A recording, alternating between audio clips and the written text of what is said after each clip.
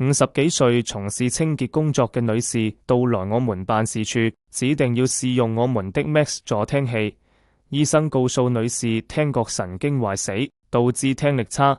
女士現時用緊一對資助價值1200元的助聽器，佩戴後耳蝸及耳道非常不舒服，加上噪音效果差，人聲聽唔清楚。再查詢女士過往病史，原來女士年幼時有嚴重中耳炎，引致發高燒，導致聽力變差。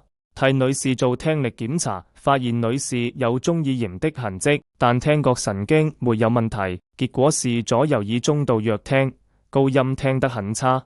給女士試用我們的 Max 助聽器，外出試機，比對女士用緊嘅助聽器，我們的 Max 助聽器噪音效果良好，人聲清晰，在女士背後講話，她都聽得清楚。